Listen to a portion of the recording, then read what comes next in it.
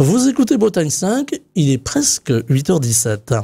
Bretagne 5, l'invité de la matinale. Et notre invitée ce matin dans la matinale est Béatrice Acny-Robin. Elle est candidate du Parti Socialiste aux élections européennes. Elle est également adjointe à la maire de Rennes et elle est avec nous en direct ce matin. Elle a fait le chemin pour venir nous voir directement au studio de la matinale et je l'en remercie. Bonjour. Bonjour et bonjour à tous les auditeurs et toutes les auditrices qui nous écoutent ici en Bretagne. Voilà, ils sont de plus en plus nombreux à écouter la matinale de Bretagne 5, on les en remercie et surtout à s'intéresser à la politique. Quand on dit que la politique n'intéresse plus personne, eh bien on va pouvoir s'inscrire en faux. Et on va donc parler de politique ce matin et on va parler des élections européennes, mais je voulais revenir un peu sur l'actualité toute récente. Hier c'était le 1er mai, il y avait des défilés syndicaux un petit peu partout en France, auxquels participaient les partis politiques et justement Raphaël Glucksmann qui devait défiler à Saint-Étienne a été empêché de défiler, il a été exfiltré, il a aussi reçu de la peinture, des insultes. J'imagine que ça appelle de votre part un commentaire et peut-être une forme de colère. Alors, on ne sera pas dans la colère. Mais en revanche, commentaire, oui. La manifestation du 1er mai, le 1er mai est un temps très important, un temps important pour faire valoir la nécessité aussi de faire progresser les droits sociaux des travailleurs, des travailleuses. Et d'ailleurs, je voulais souligner que les mobilisations ont été présentes, importantes dans toute la France. Et bien évidemment, c'est notre rôle à nous, socialistes, candidats aussi à cette élection européenne, de participer à ces rassemblements qui n'ont pas d'autre vocation que de dire on est là auprès des travailleurs et des travailleuses pour défendre leurs droits, pour faire progresser les droits sociaux. Et les enjeux sont très importants à l'occasion de cette élection européenne. Ils sont importants pour notre pays parce que on voit que les dernières mesures d'Emmanuel Macron n'ont pas été nécessairement dans le sens des travailleurs et des travailleuses. C'est le cas par exemple de la réforme des retraites qui a passé l'âge de départ à la retraite à 64 ans. Donc nous, on souhaite réaffirmer la place du Parti socialiste de place publique auprès des travailleurs, des travailleuses et dire que c'est un enjeu pour l'élection présidentielle. On regrette évidemment ce qui s'est passé hier à Saint-Étienne. Ce n'est pas le sens des rassemblements du 1er mai qui sont des rassemblements syndicaux, pacifistes, où chacune doit pouvoir être présent, participer, s'exprimer. Malheureusement, quelques militants, parce qu'il s'agit de quelques militants, n'ont pas souhaité et ont refusé l'accès à cette manifestation de notre candidat Raphaël Glucksmann. Moi, je veux réaffirmer ici qu'il se trompe de combat, puisque Raphaël Glucksmann est bien un eurodéputé sociodémocrate, engagé dans ce groupe, dans un groupe de gauche au Parlement européen, le groupe des sociodémocrates, et qu'il est là pour défendre les droits des salariés, les droits aussi de toutes celles qui travaillent et qui n'ont que pour unique richesse leur force de travail. C'est notre souhait, c'est ce que l'on porte dans cette campagne, c'est ce que Raphaël Glucksmann a fait depuis 2019. Là, je voulais faire référence à une mesure, c'est sur les droits des travailleurs des plateformes. Donc cette mesure n'aurait pas eu lieu, n'aurait pas été proposée au niveau du Parlement s'il n'y avait pas eu des députés sociodémocrates, s'il n'y avait pas eu des députés comme Raphaël Glucksmann. Donc notre présence, elle était légitime à ce rassemblement du 1er mai. Raphaël Glucksmann aurait dû pouvoir y rester. Certains ne l'ont pas souhaité. Il porte atteinte en faisant cela à ce que sont les fondements démocratiques aussi de notre pays. Chacun doit avoir le droit de manifester et notamment en particulier les candidats à des élections. Et ils doivent aussi pouvoir faire campagne en toute sécurité. Et là, malheureusement, ça n'a pas été le cas. Et c'est un mauvais signe pour celles et ceux qui ont porté cette mobilisation très négative.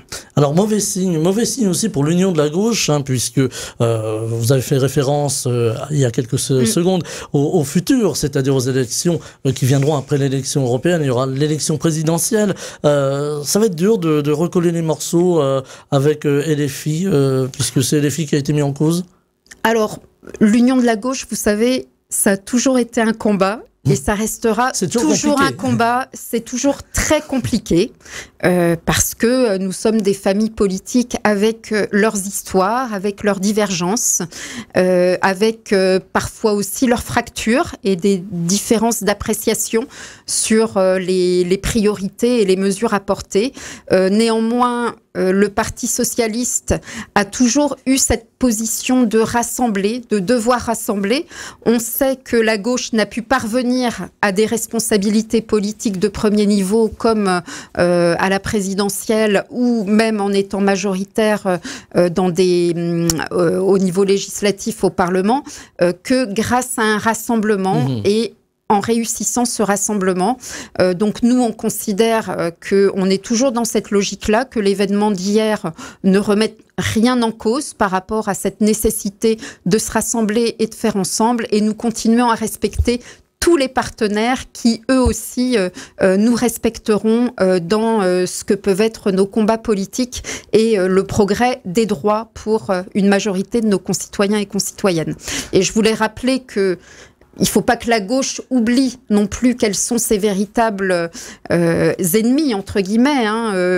L'ennemi, c'est évidemment pour nous le Rassemblement national, on va en parler, avec un projet qui remet en question nos valeurs universelles d'égalité, de liberté, de fraternité.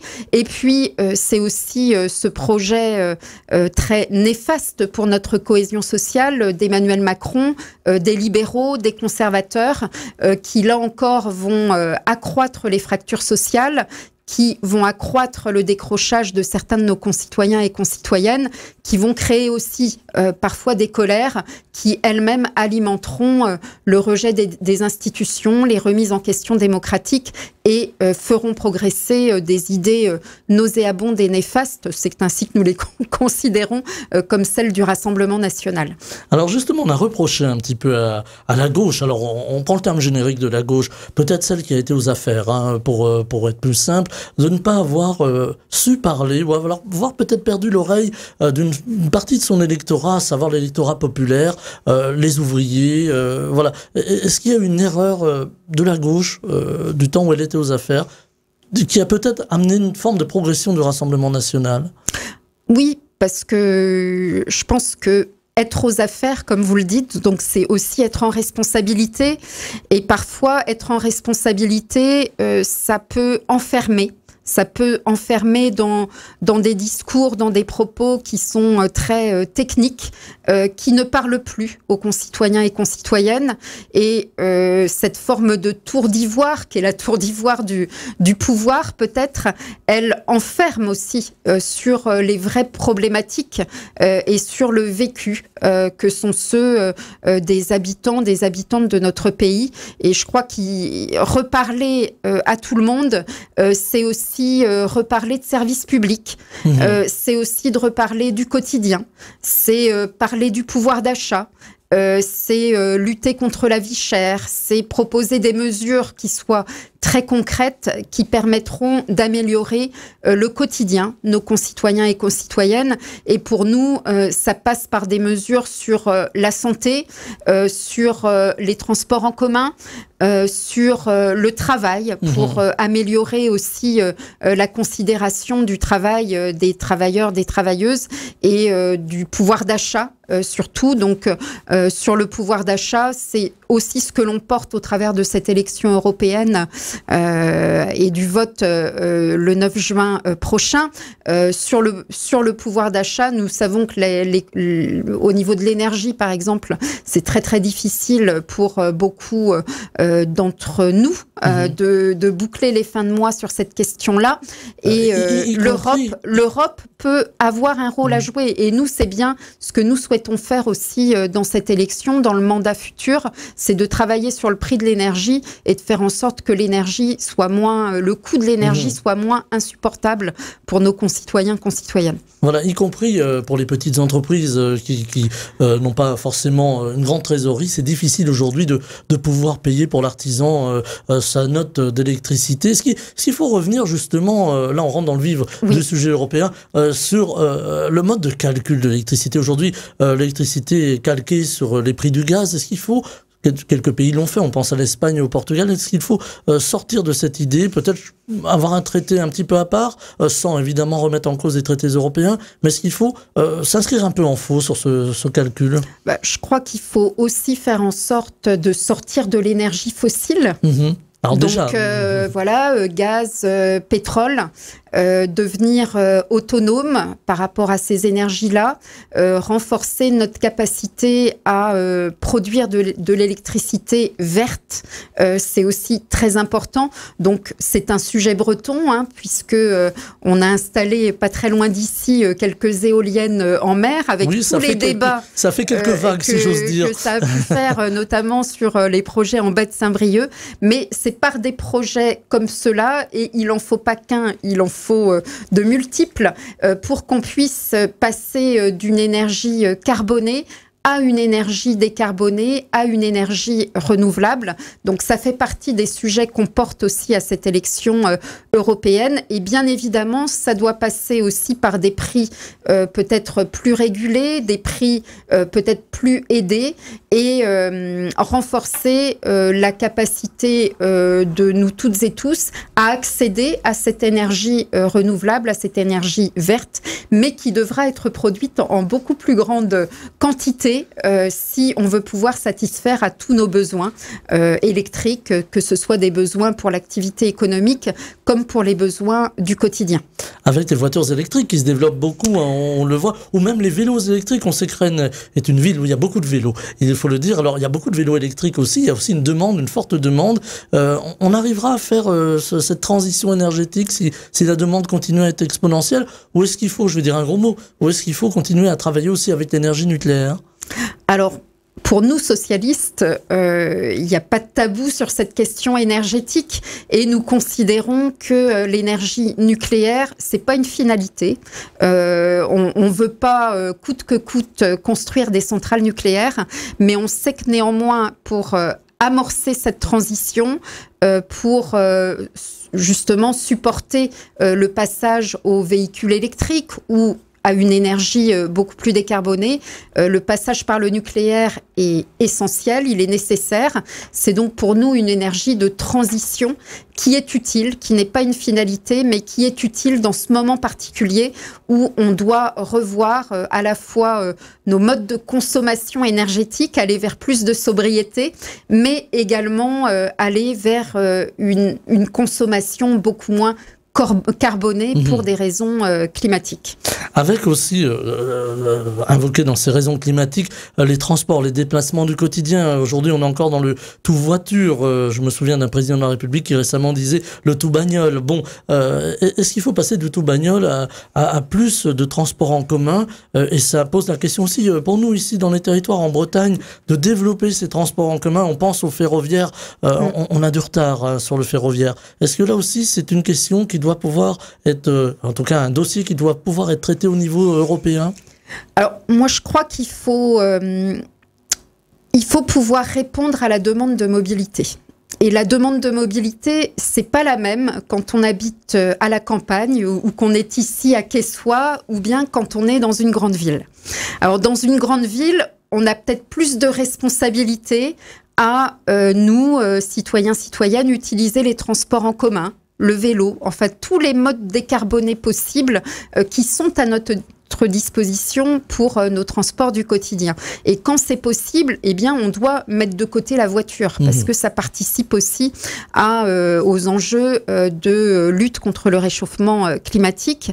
Mais vous prenez quelqu'un qui habite ici à Quessoy, bon, la voiture est encore bien utile, et je crois que par rapport à ces besoins-là, il faut pouvoir y répondre, et il faut aider petit à petit aussi via peut-être des solutions solidaires, des solutions sociales, permettre aux gens d'accéder aux véhicules électriques, donc un véhicule moins carboné, qui sera peut-être plus petit, qui sera plus sobre, mais qui répondra à ce besoin qui est de se déplacer et qui est d'aller à son travail tous les jours et de le faire en ayant un coût aussi de déplacement qui soit le plus raisonnable possible.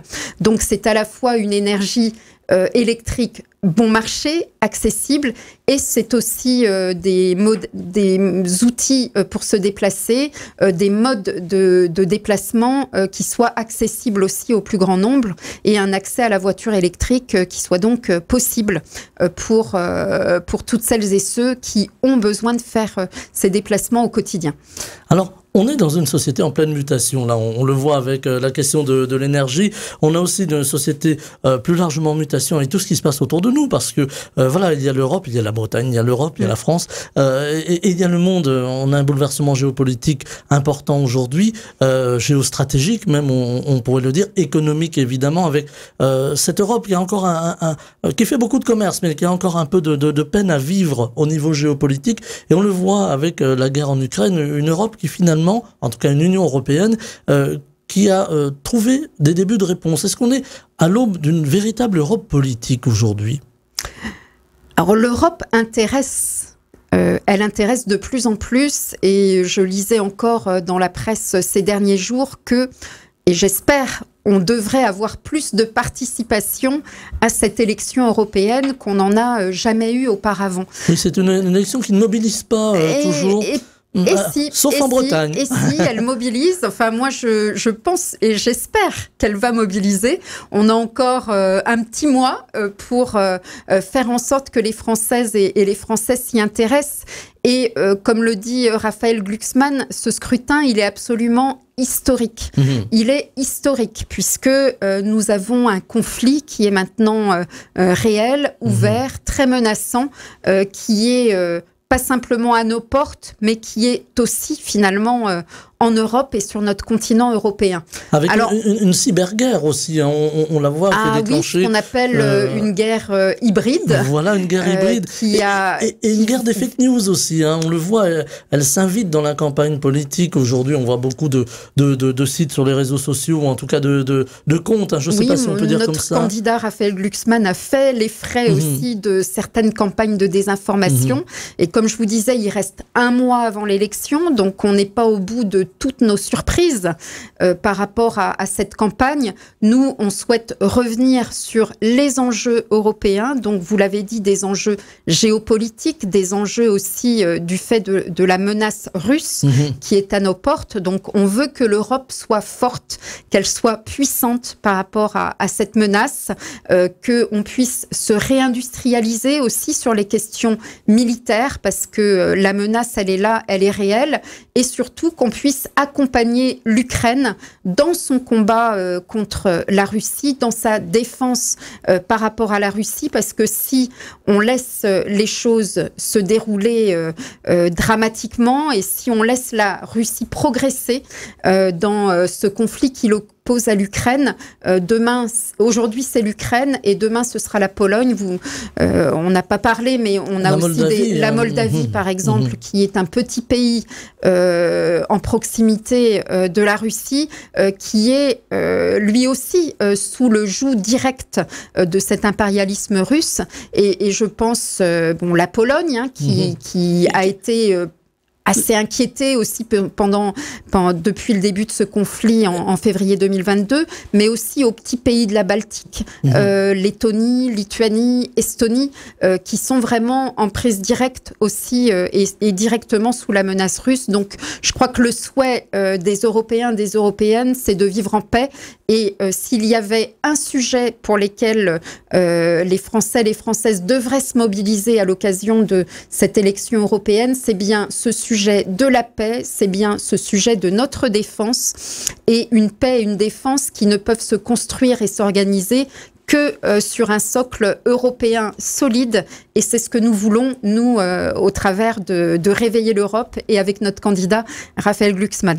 Alors avec ces petits pays, effectivement, qui tapent un petit peu à la porte de l'Europe en préférant se tourner vers l'Europe plutôt que de se tourner vers l'Est, la Pologne, qui a aussi, d'un point de vue stratégique, peu ou prou accepté que l'OTAN installe l'arme nucléaire. Alors, avec toute la précaution d'usage, on rentre dans un conflit quand même, quelque part, entre l'Orient et l'Occident, la Russie et l'Europe, conflit qui peut être dangereux parce que la diplomatie, les fils en tout cas de la diplomatie semblent assez rompus entre l'Europe et la Russie. Alors, qu'est-ce que l'on veut ? Qu'est-ce que l'on veut demain? Qu'est-ce qu'on veut pour nos enfants? Je crois que nous vivons dans un pays démocratique depuis la fin de la Deuxième Guerre mondiale. On a cette chance. On a cette chance. On voit... On connaît nos difficultés, mais on sait aussi ce que ça veut dire d'être dans un pays libre. Vous savez, dans un pays qui n'est pas libre, je ne serais pas ici derrière le micro de Bretagne 5 et vous ne m'interrogeriez pas non plus. Il n'y aurait pas de radio libre, il n'y aurait pas de télévision libre, il n'y aurait pas de presse libre, il n'y aurait pas d'association, il n'y aurait pas d'élections où les élections seraient falsifiées ou faussées. Je crois que chacune, nous sommes attachés, profondément attachés à cette liberté. Donc, si nous voulons continuer à œuvrer pour cette liberté, à œuvrer pour l'égalité, pour la fraternité, pour la paix, il n'y a pas d'autre possibilité que de continuer à renforcer l'Europe et de soutenir justement celles et ceux, les candidats, candidates, les listes qui veulent plus d'Europe, parce que c'est grâce à ce plus d'Europe qu'on réussira aussi à garantir et à protéger nos libertés. Et finalement, tous ces pays dont vous parlez, que ce soit la Moldavie, l'Ukraine, la Géorgie, qui est soumise aussi à de nombreux troubles, qu'est-ce qu'ils veulent? Ils veulent la même chose que ce que l'on a. Ils veulent la liberté. Ils veulent pouvoir dire ce qu'ils pensent. Ils veulent pouvoir voter. Ils veulent pouvoir avoir une presse libre, des artistes qui peuvent créer en toute liberté également. Ce n'est pas possible avec les Russes. Ce n'est pas le projet de Vladimir Poutine. Il a été réélu, donc malheureusement, les Russes devront encore vivre dans ce régime autoritaire, voire cette dictature un certain nombre d'années. Moi, je souhaite aussi qu'ils puissent en sortir et faire comme nous, aller vers un projet démocratique. Mais vraiment, il y a peu de pays démocratiques dans le monde. On n'est pas la majorité.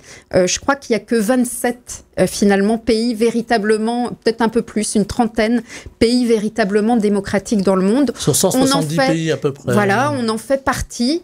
C'est notre bien le plus précieux et il faut absolument défendre ça de toutes nos forces. Et cette défense, ça passe aussi par notre soutien, évidemment, à l'Ukraine et par empêcher, coûte que coûte, le régime de Vladimir Poutine de continuer son projet absolument délétère, néfaste et dramatique, ce projet qu'il veut de détruire finalement notre Europe démocratique. Alors, il y a aussi une autre guerre, hein, pas finalement pas très loin de nous non plus, c'est cette guerre entre Israël et le Hamas qui s'est importé, on pourrait le dire comme ça, sur le territoire français et qui a créé un climat, il faut bien le dire, assez délétère aujourd'hui avec voilà, un camp plutôt pro-palestinien. On les entend beaucoup hein, actuellement, les pro-palestiniens à Rennes d'ailleurs récemment à Rennes 2, des juifs qui aujourd'hui se sentent attaqués sur le territoire français. C'est un climat délétère, les élections européennes arrivent dans ce climat-là. Est-ce qu'il faut apaiser les choses, j'imagine? Je connais déjà votre réponse. Absolument essentiel d'apaiser les choses. Je dirais que ce conflit qui se passe au Moyen-Orient, dont certains et certaines tentent une forme d'importation dans notre pays, dans nos établissements scolaires, dans nos universités, à Sciences Po, etc. Finalement, est-ce que tout cela ne participe pas à une forme de déstabilisation dont on parlait tout à l'heure? De chaos, finalement, entendu de chaos, le tout à mot fait. chaos. Et nous empêcherait d'évoquer à un mois de l'élection européenne, qui est quand même le 9 juin prochain, à un seul tour, il faut le dire. Les sujets de cette élection et de débattre sur cette question de cette élection européenne.